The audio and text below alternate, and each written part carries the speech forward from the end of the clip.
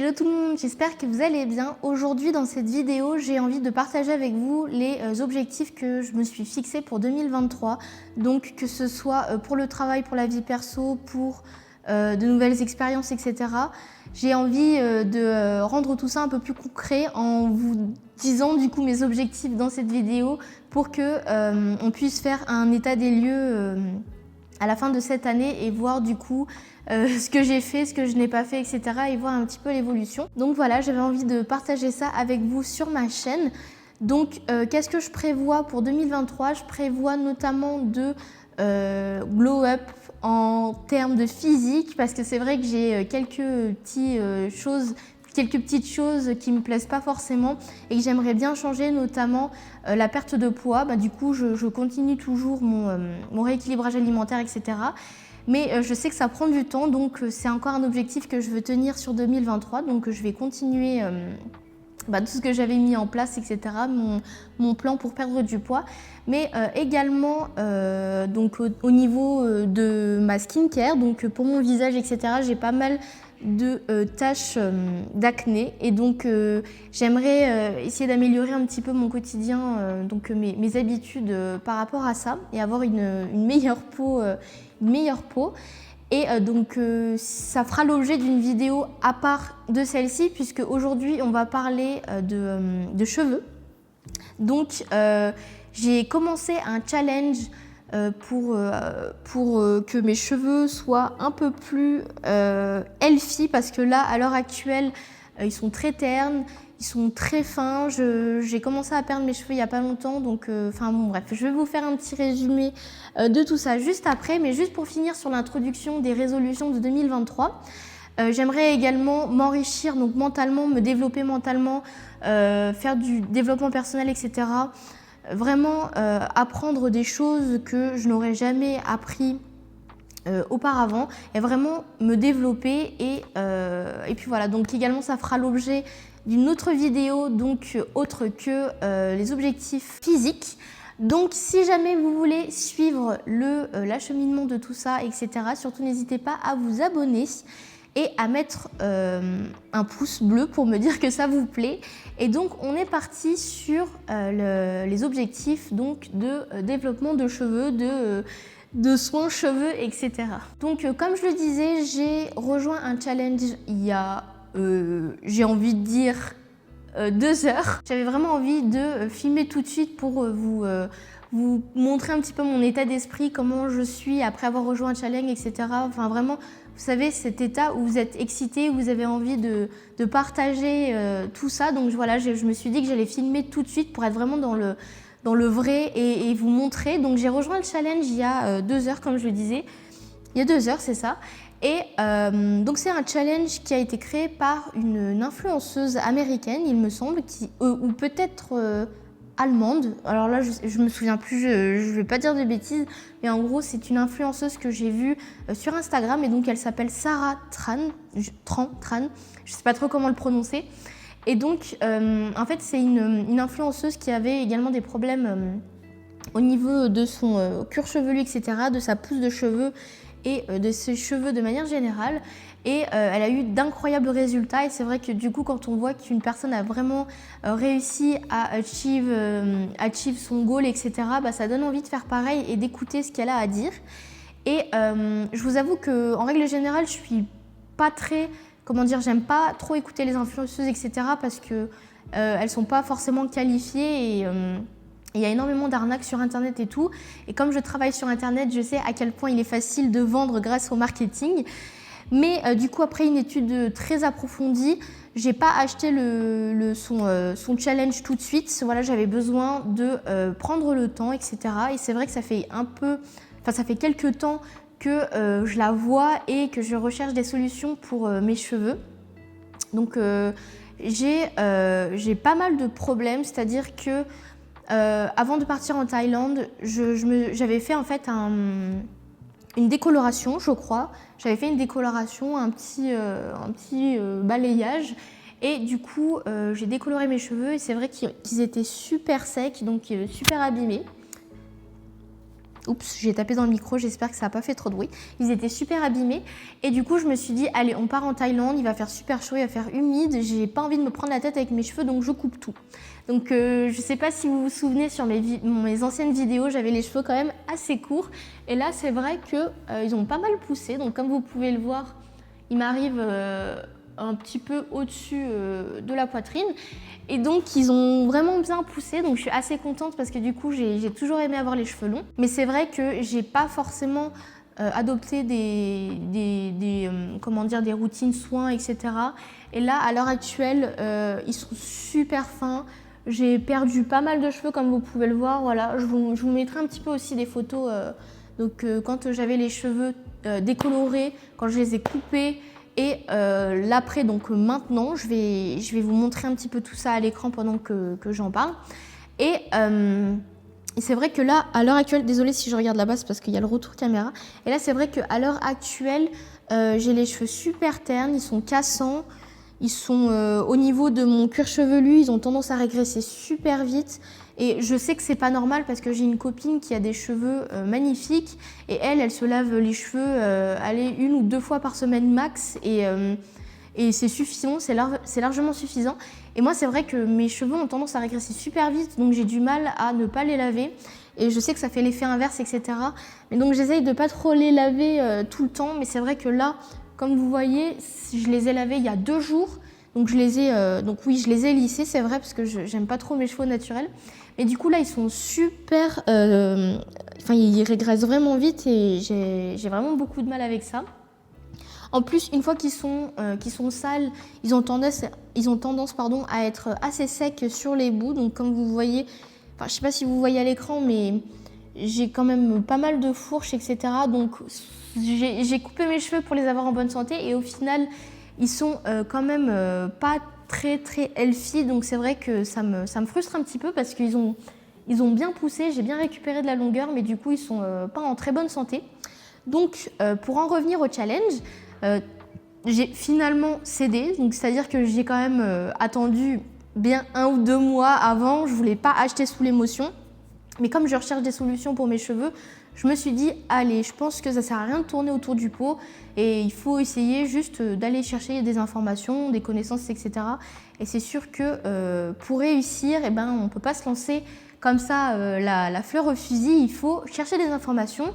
Et s'il faut payer pour les avoir, c'est pas grave, on paye et puis voilà. Donc à l'heure actuelle, je viens à peine de débuter le challenge. Pour vous faire un petit topo du challenge, il y a des vidéos qui vont se débloquer au fur et à mesure. Donc c'est un challenge de 14 jours. Donc j'ai pas accès à toutes les vidéos tout de suite. Apparemment, je devrais avoir accès à l'une des vidéos demain. Et en fait, chaque jour, j'aurai une nouvelle vidéo, une nouvelle tâche à faire. Et du coup, le but, c'est de faire tout ça avec vous.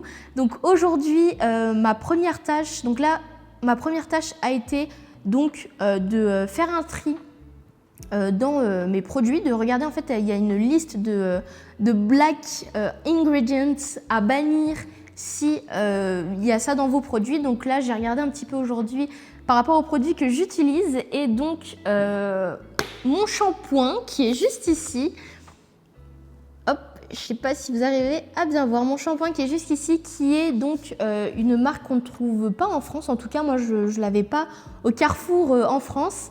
Et j'ai oublié de préciser, mais moi, en fait, je suis à l'île Maurice. Donc, j'ai dû revoir un petit peu mes habitudes dans la salle de bain, etc. Et donc, j'ai acheté ce produit en pensant que c'était un très bon produit parce que du coup, j'ai regardé un petit peu la compo et à première vue, c'était pas trop mal, donc voilà. Donc j'ai utilisé la liste des ingrédients à bannir et apparemment, donc dans ce produit-là, il y a quelque chose qu'il ne faut surtout pas utiliser. Donc je vais vous dire, j'ai fait des captures d'écran en faisant mes petites recherches. Donc apparemment, c'est le coca-midopropylbétène. Donc je vais vous mettre à l'écran l'ingrédient. Vous regarderez peut-être que dans votre shampoing il y est également. Et en fait, donc j'ai mon téléphone avec les captures d'écran. Donc je vais essayer de vous traduire un petit peu qu'est-ce qui est dit, parce que du coup c'est écrit en anglais. Donc, the ingredient itself is safe, but the impurities created during the manufacturing process can lead to irritation. Donc, l'ingrédient lui-même est bon, il est bon, mais les impuretés créées pendant le processus de manufacture peut transformer l'ingrédient et lier à des irritations. Donc, we recommend avoiding this ingredient if you have a sensitive scalp. Donc, je vous recommande de éviter cet ingrédient si vous avez un cuir chevelu sensible. Donc, moi, c'est mon cas, j'ai un petit peu le cuir chevelu sensible. J'ai déjà dans le passé utilisé des shampoings qui me faisaient avoir mal au cuir chevelu. Donc, j'évite tout ce qui est mauvais par rapport à ça. Ensuite, il y a écrit des surfactants détectés. Donc surfactants, je crois que j'ai regardé et la définition exacte. Alors attendez, je vais vous donner la définition exacte du Google Traduction. Donc surfactants, en gros, c'est des tensioactifs. Voilà. Donc il y en a 2 apparemment qui ont été détectés, dont un medium, un strong. Et apparemment, c'est pas quelque chose de mauvais, mais donc ça permet en fait de bien nettoyer le cuir chevelu, etc. quand il est oily, quand il est gras, quand il y a de la pollution, quand il est sale, etc. Mais apparemment il faut doser quand c'est strong parce que du coup ça peut également causer de l'irritation. Hop, ensuite j'ai détecté de la glycérine. Donc apparemment la glycérine c'est pas terrible quand on a justement les mêmes problèmes que j'ai, c'est-à-dire pores of your skin scalp and induce more hair loss and irritation. Donc en gros quand on a une perte de cheveux et des irritations au niveau du cuir chevelu, c'est pas terrible parce que du coup ça va aller bloquer les pores de votre cuir chevelu et du coup c'est mauvais. Et ils disent que par contre si vous n'avez pas de problème de cuir chevelu, etc., cet ingrédient peut être toléré. Et voilà, donc en gros ne faites attention dans votre shampoing si vous avez de la glycérine et vous avez ce type de problème de cuir chevelu parce que du coup ça va pas du tout aider. Donc autre produit que j'utilise, c'est un leave-in conditioner. Donc c'est un produit à base d'huile d'argan qui s'utilise du coup comme petite huile à mettre sur les cheveux pour les coiffer, pour les détendre, etc. Et donc je l'ai testé également avec la blacklist à ne pas utiliser. Et donc apparemment la seule chose du coup qui était pas bonne, c'était le parfum, donc normal. Il y a écrit donc artificial fragrance is very drying for your hair, which can lead to more breakage and frizz over time. Donc en gros ça peut à terme rendre les cheveux très secs. Donc du coup c'est pas terrible. Je pensais vraiment que c'était un bon produit. Il y a écrit no petroleum, no mineral oil, no drying alcohol. Donc au final pas terrible à cause du parfum. Il y a également un autre ingrédient qui est le panthénol. Donc apparemment le panthénol peut être bien pour nourrir et rendre les cheveux beaucoup plus smooth, plus flexibles.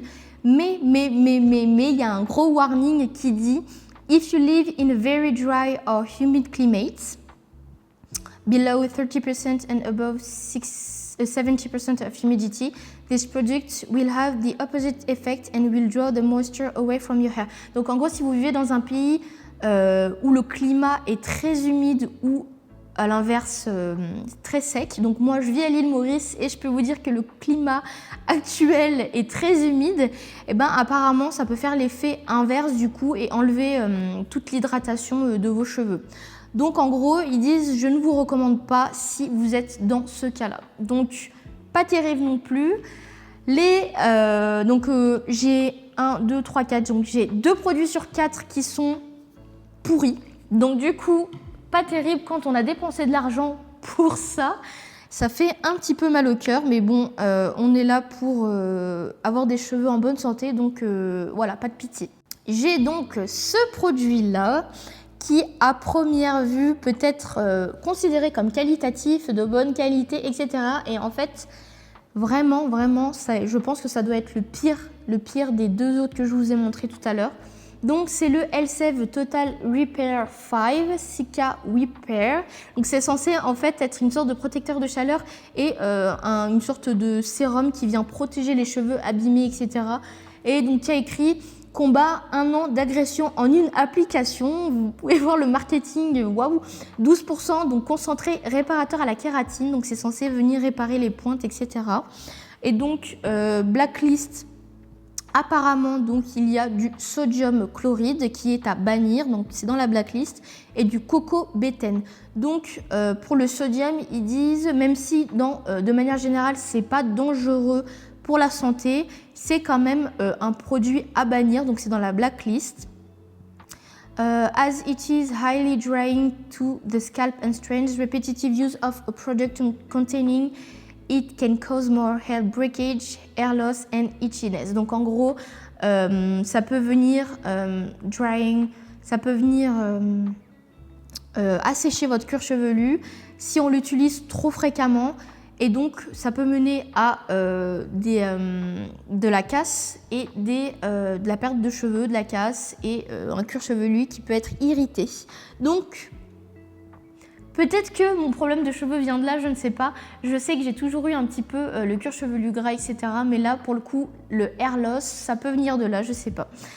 Le cocobéthène, donc c'est aussi dans la blacklist. This ingredient has shown to cause flaky, itchy and irritated scalps in some people. Donc pareil, scalp, donc le cuir chevelu irrité. Voilà, on évite et c'est pas terrible.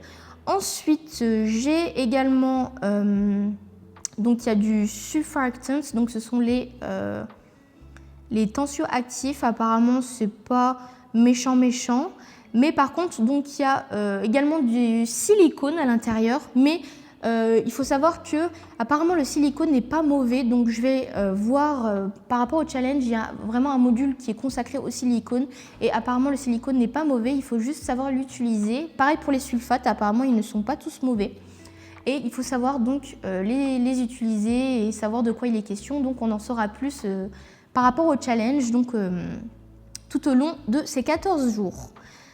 Ensuite, le dernier ingrédient, du coup, c'est en fait, c'est pas vraiment un shampoing, c'est une huile que j'ai achetée à Action. Donc, c'est de l'huile de jojoba. J'ai quand même voulu tester parce que je sais que des fois, il n'y a pas. Enfin, il y a certaines entreprises qui rajoutent d'autres trucs dans les huiles. Donc, je voulais être sûre que c'est une bonne composition parce que c'est vrai que ça je l'utilise beaucoup en huile, en oiling mask, vous savez, genre en huile de massage, etc. Et c'est vrai que du coup je voulais être sûre que c'était 100% naturel, que c'était de la bonne cam. Donc apparemment le test s'est révélé très fructueux puisque j'ai no blacklisted ingredients. Your product doesn't contain any surfactants. Your product doesn't contain any silicone. And your product doesn't contain any other ingredients. Donc en gros, la compo est clean, donc ça fait plaisir par rapport à tous les autres produits que j'avais et qui sont du coup dégueulasses. Et bien là, ça fait plaisir. Donc voilà, en gros, donc ça c'était vraiment on va dire le jour 0 et le jour 1, puisque du coup le jour 0 c'était genre vraiment la présentation du e-book. De l'espace membre et de comment ça fonctionne, etc. Et le jour 1, en fait, j'avais quelques petites tâches à faire, donc rejoindre le groupe de la communauté du challenge, checker la blacklist de mes produits et puis voilà, donc dans les jours à venir, apparemment, on va fabriquer notre propre shampoing, donc j'ai hâte de voir si ça fonctionne et si ça va un petit peu libérer mes cheveux qui, j'ai l'impression, sont pleins de produits chimiques. Je sais pas, j'ai vraiment l'impression que les shampoings que j'ai utilisés, etc. ont été très mauvais. Donc j'ai hâte un petit peu de faire un petit cleaning, une petite détox de tout ça. Et puis voilà, donc concernant le challenge, si ça vous intéresse d'en savoir plus et de voir un petit peu ce qui est proposé, donc globalement c'est en fait un e-book avec des vidéos de formation dans un espace membre. Il y a également un groupe, une communauté de personnes justement qui suivent le challenge. Donc si ça vous intéresse d'en savoir plus, etc. et de le rejoindre également, je vous mets le lien du challenge dans ma description. Et également, si vous voulez voir la suite du coup du déroulé de mon challenge, de ce qui va se passer, si je vais avoir des résultats ou pas, je vous invite donc à vous abonner et à me mettre un gros pouce bleu si c'est le genre de vidéo qui vous plaît. Et donc, on se dit à très vite pour une prochaine vidéo et pour me suivre tout au long de ce challenge. À très vite. Ciao.